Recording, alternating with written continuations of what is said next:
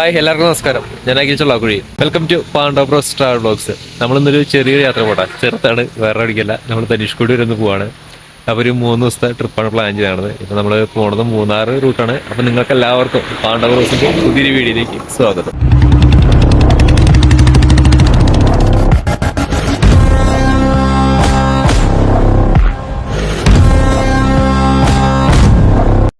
നമ്മുടെ എല്ലാ ദൂരയാത്രകളും ആരംഭിക്കുന്നത് ഈ പള്ളിയുടെ മുമ്പിൽ നിന്നാട്ടാ. ഇവിടെ പ്രാർത്ഥിച്ച് പൈസ ഇട്ടിട്ടാണ് ഞാൻ യാത്രകൾ ആരംഭിക്കാറുള്ളൂ. സ്വന്തം വകുപ്പിലാണ്. അപ്പോൾ ബാക്കിയുള്ള കാര്യങ്ങളൊക്കെ പുണ്യോളം നോക്കിക്കോളും. അപ്പോൾ അതുകൊണ്ട് ഇവിടെ പ്രാർത്ഥിച്ച് പൈസ ഇട്ടിട്ട് നമ്മുടെ യാത്ര പതിവ് പോലെ തന്നെ ആരംഭിക്കുകയാണ്. ഞാൻ നേരെ എറണാകുളത്തേക്ക് വിട്ടു. എറണാകുളത്ത് കസിൻ ഉണ്ട്, അപ്പോൾ അവനും വരുന്നുണ്ട്. അപ്പോൾ അവനെയും പിക്ക് ചെയ്ത് നേരെ പുത്തൻകുരിശ് കോലഞ്ചേരി വഴി കോതമംഗലം കോതമംഗലത്ത് നിന്ന് മൂന്നാറിലേക്ക് കയറാനുള്ള പ്ലാനാണ്. ഈ കാണുന്നത് നേര്യമംഗലം പാലമാണ്. നേര്യമംഗലം പാലത്തിന്റെ പണി നടന്നുകൊണ്ടിരിക്കുകയാണ്. പഴയ പാലത്തേക്കാണ് ഇപ്പോഴും നമുക്ക് പോകാൻ പറ്റുള്ളൂ. പഴയ പാലം വളരെ ചെറുതാണ്. അപ്പോൾ ട്രാഫിക് ബ്ലോക്കും കാര്യങ്ങളൊക്കെ വരാനുള്ള ചാൻസ് കൂടുതലായിട്ടുണ്ട്. വെളുപ്പിനായതുകൊണ്ട് നമുക്ക് ട്രാഫിക് ബ്ലോക്ക് ഒന്നും കിട്ടിയില്ല. അപ്പോൾ നേരെ നമ്മൾ മൂന്നാർ ചുരം കയറിക്കൊണ്ടിരിക്കുകയാണ് കേട്ടോ. വളരെ വാട്ടർഫാൾസ് ആണത്. മഴക്കാലത്ത് നല്ല രസമാണ്. ഫുള്ള് വെള്ളമൊക്കെ വന്ന് നല്ല അടിപൊളിയാണ്. നമുക്ക് വാളറ വാട്ടർഫാൾസ്, അതുപോലെ ചീയപ്പാറ, ഇരുമ്പാലം എന്നിങ്ങനെ 3 വാട്ടർഫാൾസാണ് നമ്മുടെ മൂന്നാർ റൂട്ടിലുള്ളത്. നമ്മൾ അടിമാലി എത്തുന്നതിന് മുമ്പ് ഭക്ഷണം കഴിക്കാൻ വേണ്ടി കയറി. ഭക്ഷണം അത്യാവശ്യം നല്ല രീതിയിലുള്ള ഭക്ഷണമായിരുന്നു, കൊള്ളായിരുന്നു. മൂന്നാർ ടൗണിലേക്ക് അടുക്കുമ്പോൾ തൊട്ട് തന്നെ നമുക്ക് തേയിലത്തോട്ടങ്ങൾ കാണാൻ സാധിക്കും. മൂന്നാർ വഴിയുടെ പണികൾ നടന്നുകൊണ്ടിരിക്കുകയാണ്. വഴി ടാറിങ് കഴിഞ്ഞ് നല്ല രസമുണ്ട്. കട്ടറുകളൊന്നുമില്ല, പക്ഷെ എന്നാലും സൈഡ് വർക്കുകളും റോഡ് വീതി കൂട്ടിലൊക്കെ ആയിട്ട് വർക്കുകൾ പുരോഗമിക്കുന്നുണ്ട് കേട്ടോ. മൂന്നാർ ടൗണിൽ നിന്ന് ദേവികുളം, ചിന്നക്കനാല് ഗ്യാപ്പ് റോഡ് വഴിയാണ് കേട്ടോ നമ്മൾ ധനുഷ്കോടിക്ക് പോകുന്നത്. ഈ ഗ്യാപ്പ് റോഡ് എന്ന് പറഞ്ഞാൽ അതിമനോഹരമായൊരു ഏരിയ തന്നെയാണ്. നല്ല വഴിയും അതുപോലെ തന്നെ 2 സൈഡിലായിട്ട് തേയിലത്തോട്ടങ്ങളൊക്കെ ആയിട്ട് മനോഹരമായിട്ടുള്ള ഒരു വഴി തന്നെയാണ് ഈ ഗ്യാപ്പ് റോഡ് എന്ന് പറയുന്നത്. അതുപോലെ ദേവികുളം ആണെങ്കിൽ പോലും നല്ലൊരു സ്പോട്ട് തന്നെയാണ്. നല്ലൊരു സൈറ്റ് വ്യൂ ഒക്കെ കിട്ടും നമുക്ക്. മഞ്ഞും കോടയൊക്കെ ആയിട്ട് നല്ലൊരു അടിപൊളി ഏരിയ തന്നെയാണ് ദേവികുളം എന്ന് പറയുന്നത്. ഈ ദേവികുളം ചിന്നക്കനാല് ഗ്യാപ്പ് റോഡ് ശരിക്കും കൊച്ചി ധനുഷ്കോടി നാഷണൽ ഹൈവേ ആണ് കേട്ടോ. മഴക്കാലമായി കഴിഞ്ഞാൽ മൂന്നാർ ഗ്യാപ്പ് റോഡ് മിക്കപ്പോഴും അടവായിരിക്കും. കാരണം എന്താ വെച്ച് കഴിഞ്ഞാൽ മലകളിൽ നിന്നുള്ള മണ്ണിടിച്ചിലും കാര്യങ്ങളൊക്കെ വളരെ കൂടുതലാണ്. അതുകൊണ്ട് അപകട സാധ്യത കൂടുതലായതുകൊണ്ട് ഈ ഗ്യാപ്പ് റോഡ് വഴിയുള്ള സഞ്ചാരം പലപ്പോഴും നിർത്തിവെക്കാറുണ്ട്. മൂന്നാർ എന്ന പേരിൻ്റെ കാരണം അറിയാലോ. 3 ആറുകൾ ചേരുന്നതുകൊണ്ടാണ് മൂന്നാർ എന്ന പേര് ഈ സ്ഥലത്തിന് വന്നത്. അതായത് മുതിരപ്പുഴ, നല്ല തണ്ണി, കുണ്ടള എന്നീ 3 നദികളുടെ ഒരു സംഗമ വേദിയാണ് മൂന്നാർ. അതുകൊണ്ട് തന്നെയാണ് ഈ സ്ഥലത്തിന് മൂന്നാർ എന്ന പേര് വന്നത് കേട്ടോ. മൂന്നാറിൻ്റെ ഒരു ചരിത്രം പറഞ്ഞാൽ ഇന്ത്യയിലെ ബ്രിട്ടീഷ് ഭരണകാലത്ത് തേയില കൃഷിക്കായി വികസിപ്പിച്ചെടുത്ത സ്ഥലമാണ് മൂന്നാർ. ആദ്യകാലത്ത് തമിഴരും ചുരുക്കം മലയാളികളും മാത്രമാണ് ഇവിടെ താമസിച്ചിരുന്നത്. ഇവരെ തേയിലത്തോട്ടങ്ങളിലെ തൊഴിലാളികളായി കൊണ്ടുവന്നതാണ്. തോട്ടങ്ങളിലെ ഉയർന്ന ഉദ്യോഗസ്ഥർക്കും മാനേജർമാർക്കുമെല്ലാം താമസിക്കാനായി അക്കാലത്ത് പണിത കുറേ ബംഗ്ലാവുകൾ മൂന്നാറിലുണ്ട്. സായിപ്പുമാരെ വളരെയധികം ആകർഷിച്ച ഒരു പ്രദേശമാണ് മൂന്നാർ. 2000-ൽ കേരള സർക്കാർ മൂന്നാറിനെ ഒരു വിനോദസഞ്ചാര കേന്ദ്രമായി പ്രഖ്യാപിച്ചു. 1790-ലാണ് ബ്രിട്ടീഷുകാർ ആദ്യം കണ്ണന്തേവൻ കുന്നുകളിൽ വന്നത്. അന്നത്തെ സായിപ്പിന്റെ വരവ് ടിപ്പുവിന്റെ പടയോട്ടത്തെ ചെറുക്കുക എന്ന ലക്ഷ്യത്തോടെയായിരുന്നുവെങ്കിലും അത് വേണ്ടി വന്നില്ല. 1817-ൽ ഈ പ്രദേശത്ത് സർവേക്കായി മദിരാശി ആർമിയിൽ നിന്ന് ഉദ്യോഗസ്ഥരെത്തി.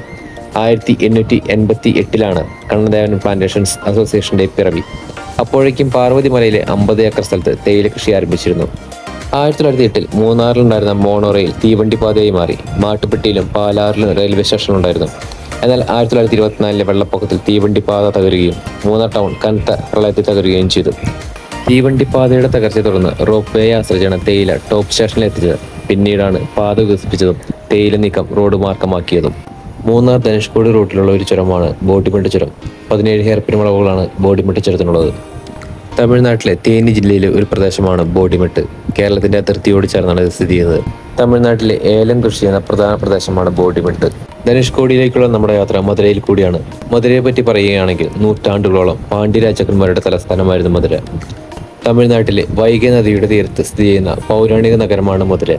പാണ്ഡ്യ രാജാവായിരുന്ന കുലശേഖരൻ നിർമ്മിച്ച മധുരയിലെ മീനാക്ഷി സുന്ദരേശ്വര ക്ഷേത്രം പ്രസിദ്ധമായ തീർത്ഥാടന ക്ഷേത്രമാണ്. തമിഴ്നാടിന്റെ സാംസ്കാരിക തലസ്ഥാനവും മധുര ജില്ലയുടെ ഭരണ ആസ്ഥാനവുമാണ് മധുര. 1866 നവംബർ 1-ന് സ്ഥാപിതമായ മധുര മുനിസിപ്പൽ കോർപ്പറേഷനാണ് ഇത് ഭരിക്കുന്നത്. ചെന്നൈ, കോയമ്പത്തൂർ എന്നിവയ്ക്ക് ശേഷം തമിഴ്നാട്ടിലെ 3ാമത്തെ വലിയ മെട്രോപൊളിറ്റൻ സിറ്റിയാണ്. വൈഗൈ നദിയുടെ തീരത്ത് സ്ഥിതി ചെയ്യുന്ന മധുര 2 സഹസ്രാബ്ദങ്ങളായി ഒരു പ്രധാന വാസസ്ഥലമാണ്. കൂടാതെ 2500 വർഷത്തിലേറെ പഴക്കമുള്ള ചരിത്രവുമുണ്ട്. ഇതിനെ ഇപ്പോഴും തൂങ്കാ നഗരം എന്ന് വിളിക്കുന്നു, അതായത് ഒരിക്കലും ഉറങ്ങാത്ത നഗരം. ഐരാവത മഹാദേവന്റെ അഭിപ്രായത്തിൽ BC 2-ാം നൂറ്റാണ്ടിലെ ഒരു തമിഴ് ബ്രാഹ്മി ലിഖിതം നഗരത്തെ മദിറൈ എന്നാണ് പരാമർശിക്കുന്നത്. മതിലുകളുള്ള നഗരം എന്നർത്ഥമുള്ള ഒരു പഴയ തമിഴ് പദമാണിത്. 12-ാം നൂറ്റാണ്ടിൽ പാണ്ഡ്യരാജാവായ ചടയവർമ്മൻ സുന്ദരപാണ്ഡ്യന്റെ ഭരണകാലത്താണ് മധുര മീനാക്ഷി ക്ഷേത്രം നിർമ്മിക്കുന്നത്. പിന്നീട് 13-ഉം 16-ാം നൂറ്റാണ്ടുകൾക്കിടയിൽ ഇതിന്റെ 9 നിലകൾ പണികഴിപ്പിക്കപ്പെട്ടു. പാണ്ഡ്യരാജാവായ കുലശേഖര പാണ്ഡ്യനാണ് ക്ഷേത്രനഗരം പണിതത്. വാസ്തുശില്പ മാതൃക കൊണ്ട് ശ്രദ്ധേയമായ ഈ ക്ഷേത്രനഗരം 14 ഏക്കർ സ്ഥലത്ത് പരന്നു കിടക്കുന്നു. പരാശക്തിയായ ശ്രീ പാർവതി മീനാക്ഷിയായും തൻപതി ഭഗവാൻ ശ്രീ പരമേശ്വരനെ സുന്ദരേശനായും ഇവിടെ ആരാധിച്ചു വരുന്നു. മധുര ക്ഷേത്ര സമുച്ചയത്തിൽ ആകെ 14 അലങ്കാര ഗോപുരങ്ങളുണ്ട്. ഇവയിൽ ഏറ്റവും വലുത് തെക്കേ ഗോപുരമാണ്. പ്രാചീന തമിഴ് കൃതികളിൽ ഈ ക്ഷേത്രത്തെക്കുറിച്ച് പ്രതിപാദിക്കുന്നുണ്ടെങ്കിലും നാം ഇന്ന് കാണുന്ന ക്ഷേത്രം 1623-നും 1655-നും ഇടയിൽ നിർമ്മിച്ചതാണെന്ന് കരുതപ്പെടുന്നു. ആദിപരാശക്തിയായ ശ്രീ പാർവതിയുടെ ഒരു അവതാരമാണ് മധുര മീനാക്ഷി. മത്സ്യക്കണ്ണുള്ളവൾ എന്നാണ് ഈ പേരിനർത്ഥം. പാർവതി ദേവിക്ക് പരമശിവനേക്കാൾ പ്രാധാന്യം കൽപ്പിക്കുന്ന ഭാരതത്തിലെ അപൂർവ ക്ഷേത്രങ്ങളൊന്നാണ് മധുര മീനാക്ഷി ക്ഷേത്രം. മധുര മീനാക്ഷി ക്ഷേത്രം കണ്ടു കഴിഞ്ഞതിന് ശേഷം ഞങ്ങൾ നേരെ പോയത് തിരുമല നായ്ക്കർ പാലസ് കാണാനാണ്. 17-ാം നൂറ്റാണ്ടിൽ തമിഴ്നാട്ടിലെ മധുര ഭരിച്ചിരുന്ന പ്രമുഖ നായിക് ഭരണാധികാരിയായിരുന്നു തിരുമല നായ്ക്കർ. തമിഴ്നാടിന്റെ ചരിത്രത്തിൽ 15-ാം നൂറ്റാണ്ടിന് ശേഷം അധികാരത്തിൽ വന്ന ഭരണാധികാരികളാണ് നായ്ക്കന്മാർ. തമിഴ്നാട്ടിലെ വിവിധ സ്ഥലങ്ങളിൽ ഇവർ അധികാരമുറപ്പിച്ചു. വേലൂർ, തഞ്ചാവൂർ, മധുര എന്നിവ നായ്ക്കന്മാരുടെ 3 അധികാര കേന്ദ്രങ്ങളായിരുന്നു. 1625 മുതൽ 1659 വരെ ആയിരുന്നു ഇദ്ദേഹം അധികാരത്തിൽ ഇരുന്നത്. സമർത്ഥനായ സൈന്യാധിപനായിരുന്ന തിരുമല നിരവധി പ്രദേശങ്ങൾ ആക്രമിച്ച് കീഴടക്കി. 1634-ൽ തിരുവിതാംകൂറിലേക്ക് സൈന്യത്തെ അയച്ച് തിരുവിതാംകൂർ കീഴടക്കി. വേണാട്ടിലെ പ്രശസ്ത പടത്തലവനായിരുന്ന ഇരവിക്കുട്ടിപ്പിള്ളയെ തിരുമല നായിക്കിന്റെ സൈന്യം പരാജയപ്പെടുത്തി. തുടർന്ന് രാമനാഥപുരം പ്രദേശവും കീഴടക്കി. പോർച്ചുഗീസുകാരുമായി തിരുമല നായിക്കൻ മികച്ച ബന്ധം പുലർത്തിയിരുന്നു. എന്നാൽ ഡച്ചുകാരുമായി ഇദ്ദേഹം ശത്രുതയിലായിരുന്നു. തിരുമല നായക്കൻ സമീപത്തുണ്ടായിരുന്ന പല രാജാക്കന്മാരുടെ സൈന്യശേഷിയെയും അധികാരങ്ങളെയും നിയന്ത്രിച്ചിരുന്നു. അതിനാൽ കന്ദീരവൻ എന്ന രാജാവ് ഇദ്ദേഹത്തിന്റെ എതിർപ്പിന് പാത്രമായി. കന്ദീരവന്റെ ഒരു ആശ്രിതന് രാജ്യം വീണ്ടെടുത്തു കൊടുക്കാനുള്ള ശ്രമത്തെ ഒരിക്കൽ തിരുമല നായക്കൻ തടഞ്ഞു. അതിന് പകരമായി കന്ദീരവൻ മധുരയിലേക്ക് സൈന്യത്തെ അയക്കുകയും അവിടെയുള്ള നിരവധി ആളുകളുടെ മൂക്ക് അറുത്തെടുത്ത് മാല കോർത്ത് മൈസൂരിൽ എത്തിച്ചു. ഇതിന് പ്രതികാരമായി നായക്കൻ അതുപോലെ തന്നെ മൈസൂരിലെ പലരുടെയും മൂക്ക് മുറിച്ച് മധുരയിലേക്ക് കടത്തി എന്ന് പറയപ്പെടുന്നു. മധുരയിൽ സ്റ്റേ ചെയ്യാനായിരുന്നു ആദ്യം പ്ലാനിട്ടത്. എന്നാൽ മധുരയിലെ കാഴ്ചകൾ കണ്ടു കഴിഞ്ഞതിനാൽ ഞങ്ങൾ യാത്ര തുടരുകയാണ് ഉണ്ടായത്. രാമനാഥപുരം എത്തുന്നതിന് ഒരു 40 കിലോമീറ്റർ മുൻപ് ഒരു ചെറിയ ടീ ബ്രേക്ക് എടുത്താട്ടോ. പക്ഷേ ആ ടീ ബ്രേക്ക് ഒരു 1.5 ബ്രേക്കായി പോയി. നല്ല മഴ കിട്ടി. ഏകദേശം 1.5 മണിക്കൂറോളം ഞങ്ങൾ മഴയത്ത് കാത്തു നിൽക്കേണ്ടി വന്നു. രാമനാഥപുരം എത്തുന്നതിന് 1 കിലോമീറ്റർ മുമ്പ് ഞങ്ങൾ റൂം എടുത്തു കേട്ടോ. നല്ല റൂമാണ്. ഏകദേശം 3 കൊല്ലമായിട്ടുള്ള അവർ ഈ സ്റ്റാർട്ട് ചെയ്തിട്ടുള്ളതെന്നാണ് പറഞ്ഞത്. നല്ല നീറ്റ് റൂമാണ്. ബാത്റൂം ആണെങ്കിൽ നല്ല നീറ്റാണ്. അങ്ങനെ ഞങ്ങൾ ഫ്രഷായി നേരെ പോയി ഭക്ഷണമൊക്കെ കഴിച്ച് ഇന്നത്തെ യാത്ര ഇവിടെ അവസാനിപ്പിക്കുകയാണ്. നാളെ കാലത്ത് യാത്ര വീണ്ടും തുടങ്ങുന്നതായിരിക്കും. അപ്പോൾ പാണ്ഡ ബ്ലോഗ്സിൻ്റെ ഈ വീഡിയോ നിങ്ങൾക്ക് ഇഷ്ടപ്പെട്ടിട്ടുണ്ടെങ്കിൽ ലൈക്ക് ചെയ്യുക, കമൻറ്റ് ചെയ്യുക, സബ്സ്ക്രൈബ് ചെയ്യുക. അപ്പോൾ അടുത്ത വീഡിയോയുമായി കാണുന്നവരെ ഗുഡ് ബൈ.